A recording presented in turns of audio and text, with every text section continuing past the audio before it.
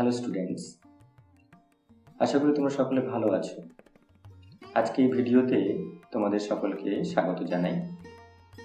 আজকে আমরা ক্লাস 10-এর একটি গল্প দ্য পাসিং অ্যাওয়ে অফ বাপু লিখেছেন লেখিকা নয়নতারা সেহগল। এই গল্পটির ইউনিট 1 নিয়ে আজকে বিস্তারিত আলোচনা করব।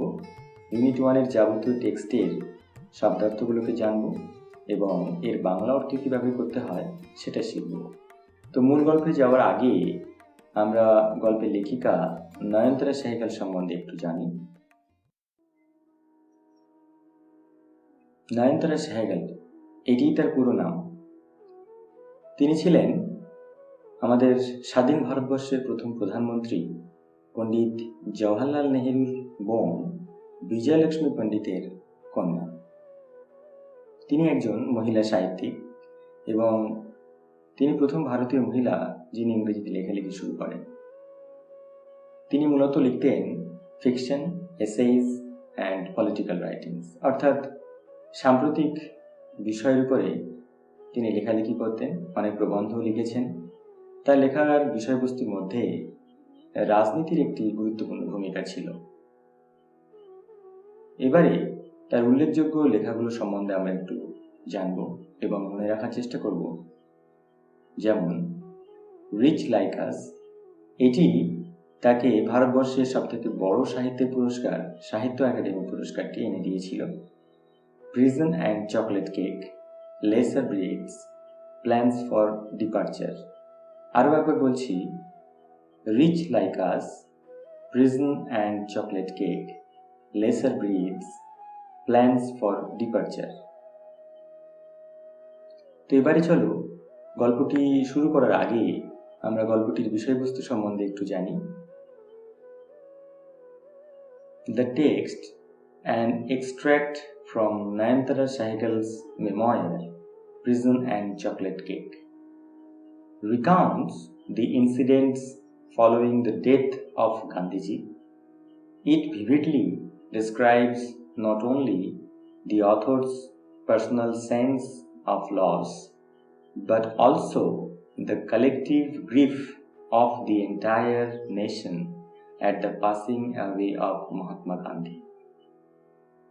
এটিকে আমরা যদি বাংলাতে বলি তাহলে এমন হবে: পাঠ্যাংশটি নয়নতারা সেহগলের লেখা স্মৃতিতর্পণ প্রিজন অ্যান্ড চকলেট কেক গল্পের অংশ।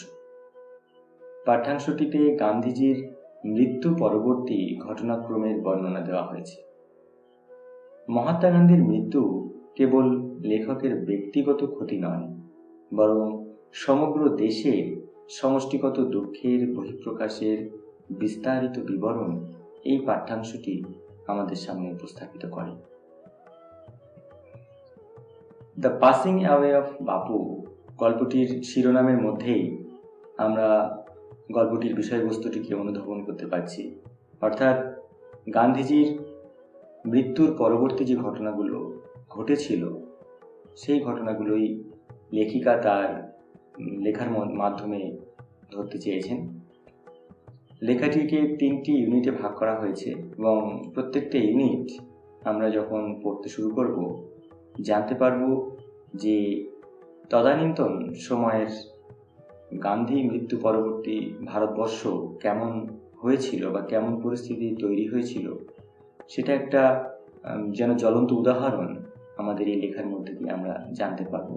আমাদের এখন বর্তমান সময়ে যারা তরুণ যুবক এবং যারা আধুনিক মনস্ক বা বর্তমান সময়ের মানুষজন যারা সেই অতীত সময়ে অনুপস্থিত ছিল, তাদের কাছে এটা একটা নতুন অভিজ্ঞতা। তো চলো এবারে আমরা মূল গল্পে ফিরে যাই। আমি একটু জোরে স্পষ্ট উচ্চারণ করে পড়ার চেষ্টা করব, তোমরা তোমাদের মতো করে এটা বুঝে নেওয়ার চেষ্টা করবে। I was having tea at home on the evening of 30th January 1948 when I was called to build a house by an urgent telephone.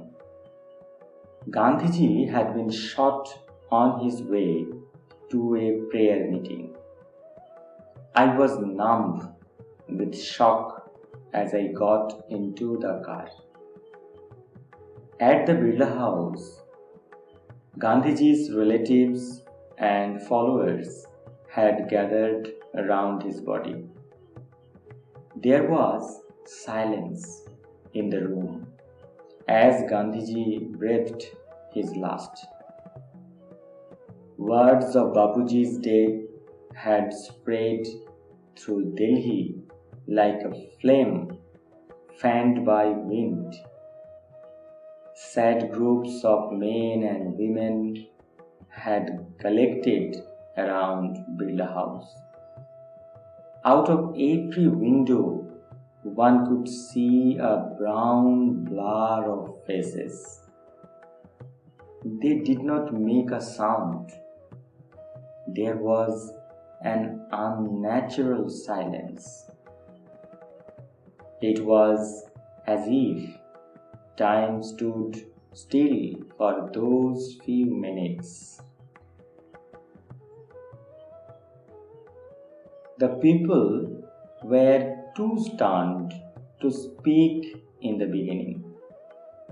Later, they clamored wildly, shouting and crying. They jostled one another in a stampede to break into the house. They calmed a little when it was announced that they would be allowed to see Gandhiji before the funeral.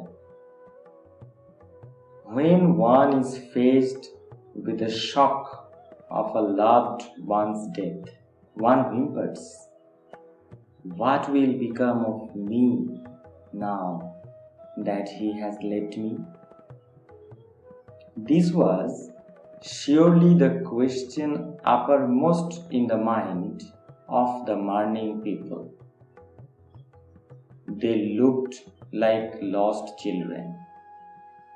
It was the question in many of our hearts as we sat still shocked and unbelieving.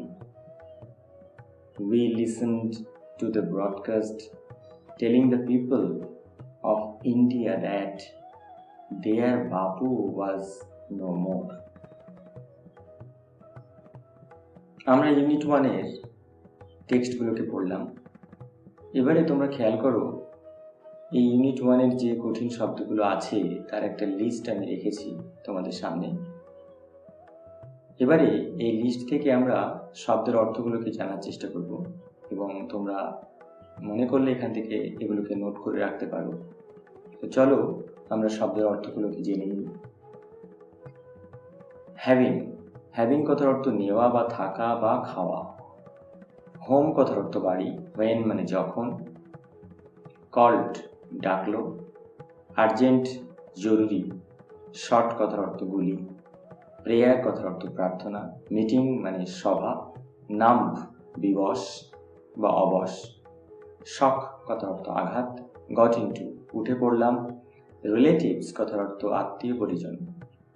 Followers অনুগামীরা। Gathered জমা হয়েছিল। Round অর্থাৎ চারিপাশে। Silence নীরবতা। ব্রেথড নিঃশ্বাস নিয়েছিল। Last অর্থাৎ শেষ। Spread কথার অর্থ ছড়িয়ে পড়া। ফ্লেম অর্থাৎ অগ্নি স্ফুলিঙ্গ বা আগুনের ফুলকি। ফ্যান্ড হাওয়া দেওয়া। উইন্ড কথার অর্থ বাতাস। স্যাড অর্থাৎ দুঃখিত বা শোকার্ত। কালেক্টেড কথার অর্থ জমা হয়েছিল। ব্রাউন BROWN ব্রাউন কথার অর্থ বিষণ্ণ। ব্লার BLUR ব্লার কথার অর্থ ধূসর। সাউন্ড আওয়াজ। আনন্যাচারাল অপ্রাকৃতিক। অ্যাজ ইফ যেন। স্টুড দাঁড়িয়েছিল। স্টিল স্থির। স্টান্ড কথার অর্থ স্তম্ভিত বা হতবাক। স্পিক বলা। বিগিনিং শুরুতে। লেটার পরে। ক্ল্যামার্ড কোলাহল করল। ওয়াইল্ডলি উন্মত্তের মতো। শাউটিং চিৎকার। ক্রাইং কান্নাকাটি করা। জসলড ধাক্কাধাক্কি করল। ওয়ান অ্যানাদার একে অপরের সঙ্গে। স্ট্যাম্পেড পদপিষ্ট বা দিশেহারা হয়ে ছোটা।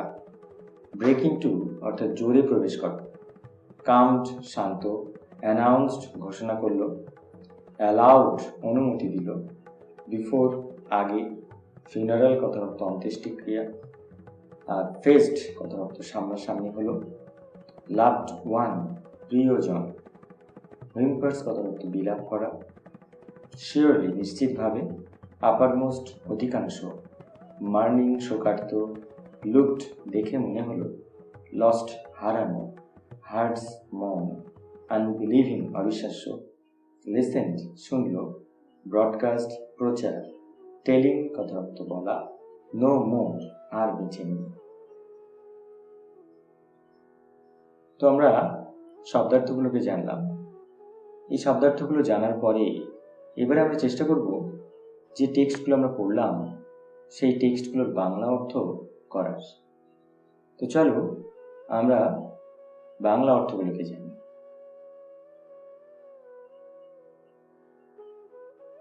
I was having tea at home on the evening of 30th January 1948 when I was called to Birla House by an urgent telephone.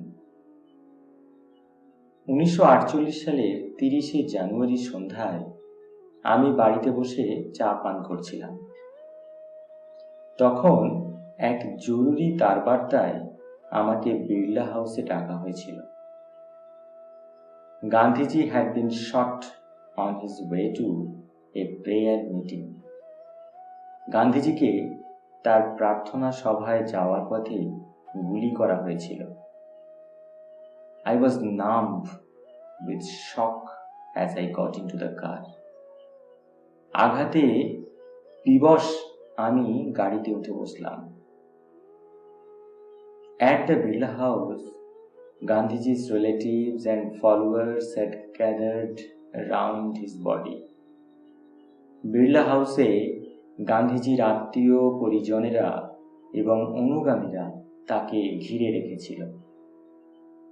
There was silence in the room as Gandhiji breathed his last. একটি নীরবতা ওই ঘরটিতে বিরাজ করছিল যেখানে গান্ধীজি শেষ নিঃশ্বাস ত্যাগ করেন। Words of Bapuji's death had spread through Delhi like a flame fanned by wind. বাপুজির মৃত্যু সংবাদ দিল্লিতে বাতাস বাহিত অগ্নিস্ফুলিঙ্গের মতো ছড়িয়ে পড়েছিল। Sad groups of men and women had collected around Birla House. শোকার্ত নারী ও পুরুষেরা বিড়লা হাউসে এসে জমা হয়েছিল।